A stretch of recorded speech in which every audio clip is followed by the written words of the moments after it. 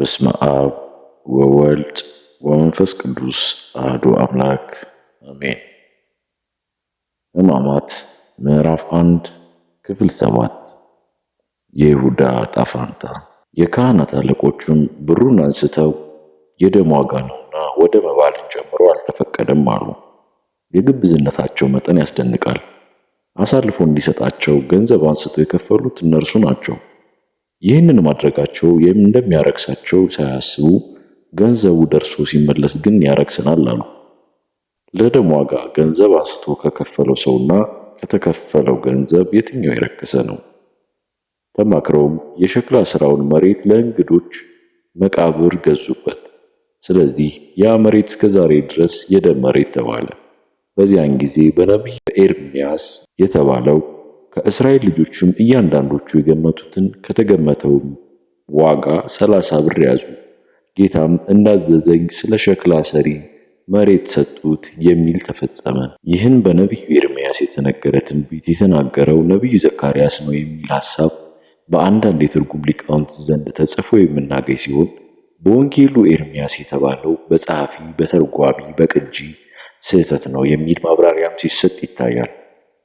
እርግጥ ነው በነቢዩ ዘካርያስ ከዚህ ጋር የሚቀራረብ ቃል የተናገረ ቢሆንም ይህ የትንቢት ቃል ግን በግልጽ ተጽፎ የሚገኘው ከ80 አንዱ መጽሐፍት አንዱ በሆነው ተረፈ ኤርምያስ በተሰኘው መጽሐፍ ላይ ነው።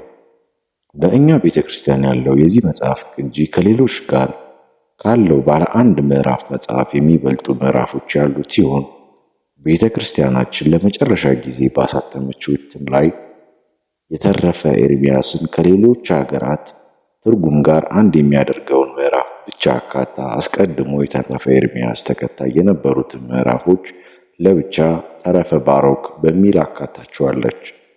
ይሁንና ተረፈ ባሮክ በተባለው ቅጂ ላይም ትንቢቱ በኤርምያስ አንደበት መነገሩን በማመልከት የሚጀምር ስለሆነ መሰረታዊ ለውጥ አያመጣም። ቅዱስ ጄሮ ይህንን ትንቢት በተረጎመበት ስፍራ ላይ በኢትዮጵያ ቤተክርስቲያን ቀኖና ተካቶ የሚገኘውን ይህን የኤርምያስ ትንቢት አስመልክቶ ፍንጭ ጽፏል። በቅርቡ ከናዝራውያን ወገኖች መካከል የሆነ አንድ ዕብራዊ ሰው አንዲት ትንሽ የዕብራይስጥ መጽሐፍ አምጥቶልኝ አንብቤ ነበር። ይህ መጽሐፍ የነቢዩ ኤርምያስ መጽሐፍ ሲሆን ይህ ትንቢትም ቃል በቃል ተጽፎበታል። ጥናት ማድረግ ቢያስፈልገንም ቅዱስ ጄሮም ያገኘው የዕብራይስጥ መጽሐፍ ግን የኢትዮጵያ ቤተክርስቲያን የተረፈ ኤርምያስ ቅጂ ምንጭ ሊሆን እንደሚችል ለመገመት አያዳግትም። ስለ መሬቱ መገዛትና ስለ ይሁዳ አሟሟት ከወንጌሉ በተጨማሪ ቅዱስ ጴጥሮስን ትንቢት አጣቅሶ ሲናገር እናገኘዋለን። ከእኛ ጋር ተቆጥሮ ነበር፣ ለዚህም አገልግሎት ታድሎ ነበር።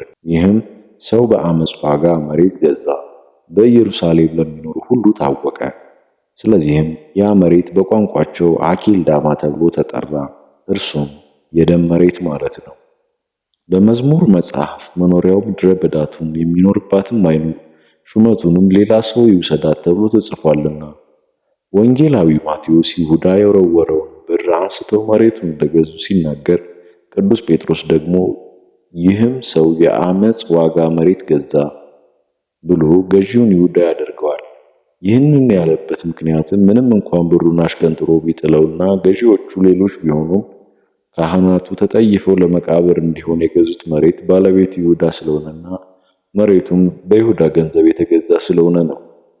የስፍራው ስም የደም መሬት ወይም አኪልዳማ መባሉ በወንጌሉ አገላለጽ በክርስቶስ የደም ዋጋ የተገዛ መሆኑን የሚያመላክት ሲሆን በሐዋርያት ሥራ ላይ ባለው አገላለጽ ደግሞ የተገዛበት መሬት ባለቤት ይሁዳ ሆዱ ተዘርግፎ ከመሞቱ ጋር ተያይዟል። ያ ስፍራ መሬቱ ለሸክላ ስራ የሚሆን አፈር ያለበት አካባቢ በመሆኑ በዚህ አካባቢ ሸክላ ሰሪዎች በብዛት ስለሚኖሩበት የሸክላ ሰሪ መሬት ተብሎ ተጠርቷል። ቦታው ከተገዛ በኋላ ዘመድ የሌላቸው እንግዶች መጥተው ድንገት ሲሞቱ የሚቀበሩበት ሆኗል። ሰው የለኝም የሚሉ ዘመድ አልባ በሽተኞችን በተአምራቱ ሲፈውስ የነበረው መድኃኔዓለም አሁን ደግሞ በደም ዋጋ ቀባሪ ለሌላቸው እንግዶች መቀበሪያ ስፍራን አስገኘ። ስለ ይሁዳ በነቢዩ ዘካርያስና በነቢዩ ዳዊት አንደበት አስቀድሞ ትንቢት ተነግሮ ነበር የሚለውን የሚሰማ ሰው መቼም ጥያቄዎች ሳይፈጠሩበት አይቀሩም። አስቀድሞ ይሁዳ ጌታን አሳልፎ እንደሚሸጠው የተጻፈ ነገር ከሆነ ይሁዳ ከተጻፈበት ውጪ ምን ማድረግ ይችላል? ትንቢቱ የተነገረ ከሆነ ይሁዳ ጌታን አለመሸጥ ይችል ነበር ወይ? የይሁዳም ሆነ የሰው ልጅ ዕጣ ፈንታው አስቀድሞ በእግዚአብሔር የተወሰነ አይደለም ወይ?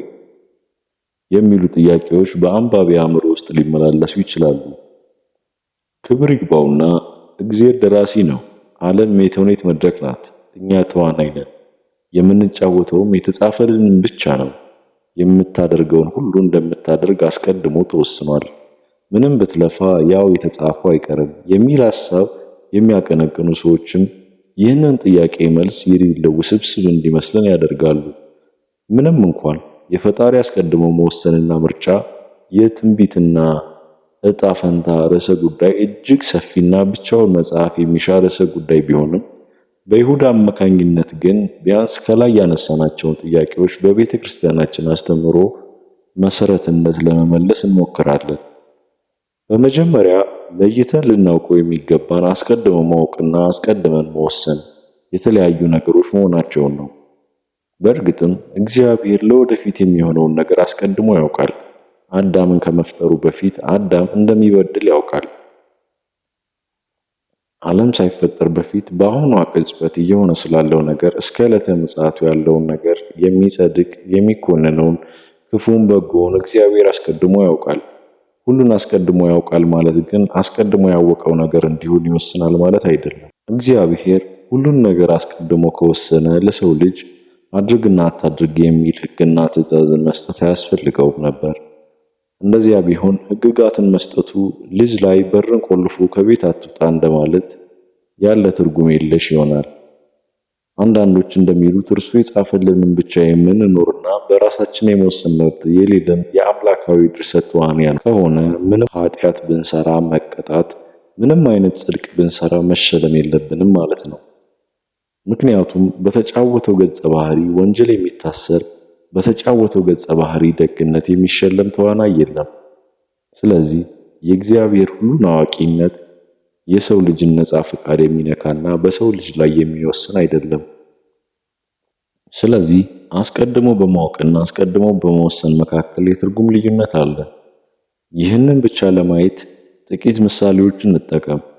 አንድ ሰው ከአንድ ሐኪም ዘንድ ቀርቦ ሲመረመር ሐኪሙ የሕክምና ትምህርቱን የሰጠውን ጥበብ ተጠቅሞ ልክ የዛሬ ወር አንድ ዓይኔ ይጠፋል ብሎ ነገረው። ይህ ህመምተኛም ሐኪሙ አስቀድሞ እንደተናገረው ልክ በአንድ ወር ዓይኑ ጠፋ። በእርግጥ ይህ ሰው ዓይኑ የጠፋው ሐኪሙ ይጠፋል ስላለው ነውን? ሐኪሙንስ አንተ ነህ ዓይኑን ያጠፋው ብለን ልንከሰው እንችላለን? አንችልም። ባይሆን የሰውየው ዓይን በመጥፋቱ የሐኪሙን አዋቂነት እናደንቃለን።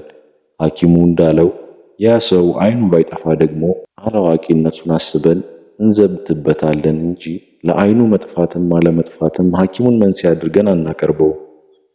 ሌላ ምሳሌ፣ አንድ ሰው ከፍ ካለ ህንፃ ላይ ሆኖ ቁልቁል የሚመላለሱትን የመኪናዎችን እንቅስቃሴ ቢመለከትና ሁለት መኪኖች በአንድ ህንፃ የተለያየ አቅጣጫ ሳይተያዩ ሲመጡ አይቶ እነዚህ መኪናዎች ሊጋጩ ነው እያለ ቢጮህና እንዳለው ከሰከንዶች በኋላ መኪኖቹ ቢጋጩ መኪኖቹን ያጋጨው አንተ ነህ ተብሎ ሊወቀስ አይችልም።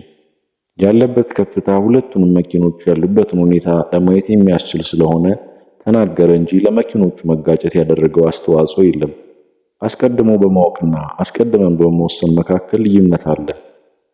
እግዚአብሔር ሁሉን ነገር ከመሆኑ አስቀድሞ ያውቀዋል ማለት አስቀድሞ ይወስናል ማለት አይደለም። ነገሮችም የሚሆኑት እግዚአብሔር አስቀድሞ ስላወቃቸው ሳይሆን በተቃራኒው እሱ ያወቃቸው ስለሚሆኑ ነው። እግዚአብሔር ስለ ወደፊቱ ያለው ዕውቀት እኛ ስላለፈው ታሪክ የዓይን ምስክሮች ሆነን እንደምናውቀው ያለ ነው። በአንድ የቆየ የእግር ኳስ ውድድር ላይ ተመልካች የነበረ ሰው በዚያን ዕለት የእገሌ ቡድን አሸንፎ የእገሌ ቡድን ተሸነፈ ብሎ ቢተርክ ታሪኩ ያለፈ እስከሆነ ድረስ አንተ ስላልክ ነው ይህ ቡድን የተሸነፈው የሚለው ሰው የለም። እኛ ባለፈው ነገር ላይ የምንናገረው ስላየን እንደሆነ ከጊዜ መለኪያ ውጪ የሆነው ፈጣሪም ስለመጪው ክንውን የሚያውቀውን የሚሆነውን ስላየ ነው እንጂ እንዲሆን ወስኖ ወይም ያ ነገር እንዲሆን አስገድዶ አይደለም። ስለ ይሁዳ አሳልፎ እንደሚሰጠው ፈጣሪ አስቀድሞ ማወቁም ይሁዳ እንዲሸጠው አስቀድሞ የመደበው ሰው ሆኖ ሳይሆን አስቀድሞ ያወቀው ስለሚሸጠው ነው። ይህንን ካልን አስቀድሞ የተነገሩ ትንቢቶችስ እንዴት ይታያሉ ወደሚለው ርዕሰ ጉዳይ እንምጣ። በመጀመሪያ ትንቢትም እንደ መንስኤ ሳይሆን እንደ ውጤት ካልተረዳነው ነገሩን ለመረዳት እንቸገራለን። ትንቢቶች የሚነገሩት ነገሮች ስለሚሆኑ ነው እንጂ ነገሮች የሚሆኑት ትንቢት ስለተጻፈ አይደለም። ትንቢቱም ይሆናል እንጂ ይሁን ተብሎ የሚነገር አይደለም። በመጽሐፍ ቅዱስ ትንቢቱ ይፈጸም ዘንድ ይህ ሆነ ተብሎ የተጻፉት ቃላት ሁሉም የተጻፉት ትንቢቱ እንደተፈጸመ ከተረጋገጠ በኋላ ነው እንጂ ትንቢቱ እስከሚፈጸምበት የመጨረሻዋ ቅጽበት ድረስ ትንቢቱ የተነገረለት ሰው ትንቢቱን የመለወጥ ዕድል አለው። እግዚአብሔርም የተናገርኩት ከሚጠፋ ብሎ የሰዎችን የመዳን ዕድል የሚዘጋ ጨካኝ አይደለም።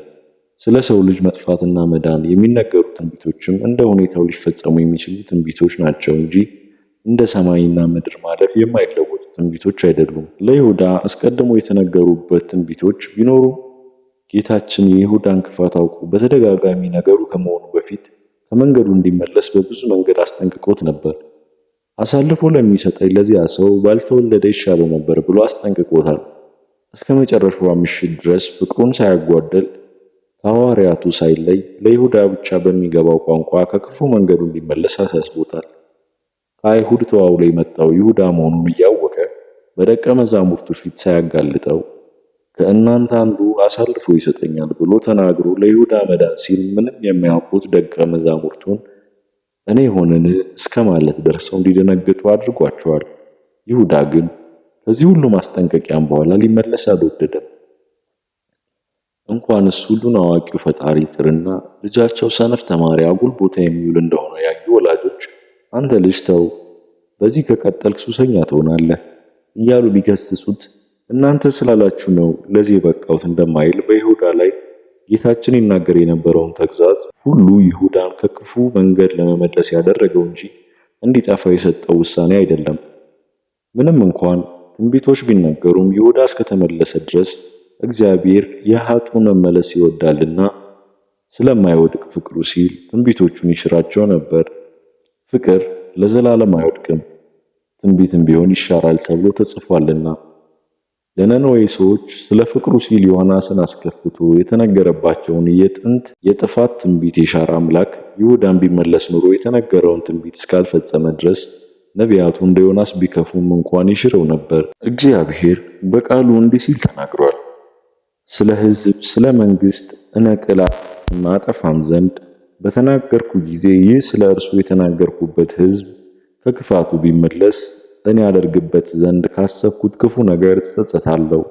ስለ ሕዝቡም ስለ መንግስትም ሰራውና እተክለው ዘንድ በተናገርኩ ጊዜ በፊቴ ክፉ ነገር ቢያደርግ ቃሌንም ባይሰማ እኔ ያደርግለት ዘንድ ስለተናገርኩት መልካም ነገር እጸጸታለሁ።